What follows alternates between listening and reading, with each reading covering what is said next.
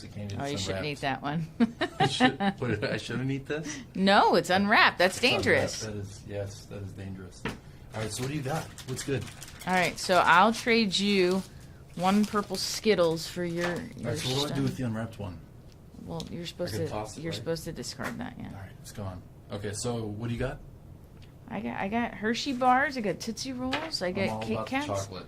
You can have my Skittles. You like Skittles? I do like Skittles, so I'll trade you a Tootsie Roll and a Hershey's and a... Two for two? Yeah, that seems fair. A Tootsie Roll? I'm not a big fan of Tootsie Rolls. I said chocolate. Chocolate. Whoppers? I got Whoppers. Hey, we're rolling, by the way. Oh. We're rolling now. Oh, I'm sorry. Hey, Creek family. Welcome. Hey, happy Halloween, everybody. It's that time of year. All right, so another Creek Talk. Today's Creek Talk is going to be about... Halloween safety tips. Halloween safety tips. A lot of kids are going to be trick-or-treating tonight. Absolutely. Yeah, so what do they need to know? What do they need to know to stay safe? What do they need to know? Well, we've got a list of things here that they should pay attention to, parents, so that you can pass this on to your kids. First and foremost, you want to avoid trick-or-treating alone. Travel in a group. Take a group of parents, get out of the house. It's a beautiful day today. Just get them out of the house and walk around with your kids. Be visible when you're walking up to the door. So if the kids are going up to the door to trick-or-treat, parents should kind of be in eyesight to just make sure that they can see the kids, make sure the kids don't go inside if they're invited inside or anything like that. So if they're just in earshot, that's always best. Good point. If the porch light is not on, don't bother going up to the house. Just leave that house and move on to the next one. This one's important. Carry a flashlight.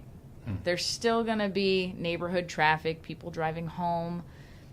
Just carry a flashlight so you can be seen. Some of these costumes, really, really awesome costumes, but they're dark, so they're hard to see. There's nothing reflective on them. Right. Yeah, can't see them in the dark. Hard to see them. So unless you're going to stick like a piece of reflective tape on the back of it just so they can be seen, I know a lot of kids don't want to mess up their costume. So at least carry a flashlight. But for smaller kids, younger kids that may not think to look both ways before crossing the street, they might get excited to see a friend on the other side of the street and take off to go say hi. It may be a good idea just to have something of color on them. Right. They can be reflecting Absolutely. In the light. So Glow sticks are good. So something that just gives off some sort of light.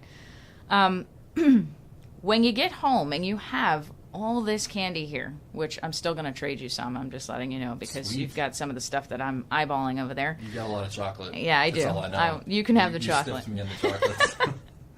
Right.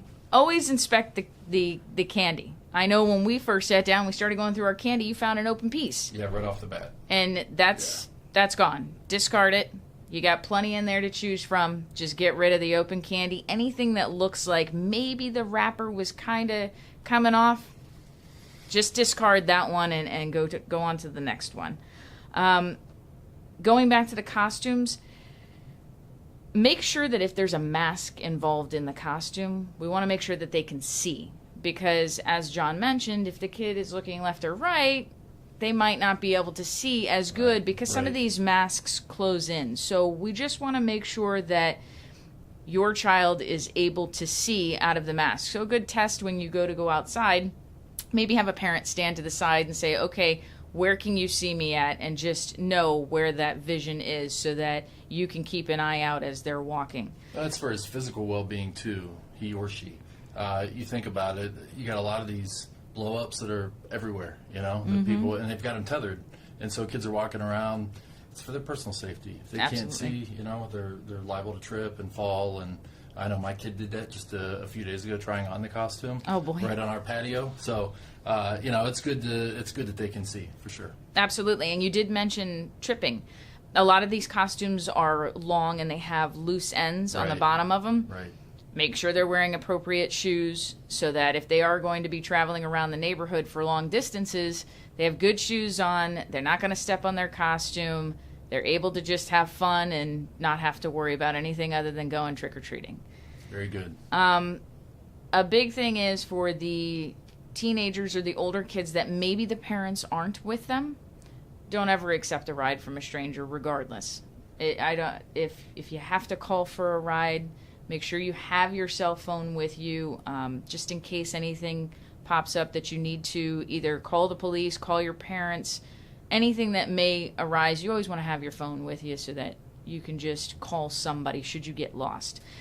That brings up another tip, is that usually we recommend that children and families go to neighborhoods that they know.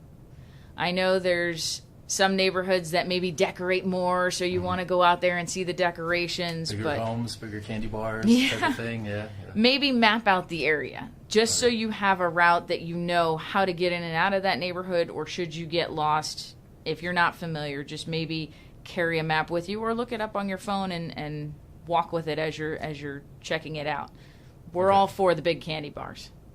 So that's pretty much it. And if you see anything that's suspicious, or maybe some people aren't acting right, or you get rambunctious people out there, just call the police if you need us. We'll be out there, of course, driving through, because we want to see all the costumes as well. But we'll be on the lookout for any wrongdoings or anything. But just give us a call if you should see anything suspicious.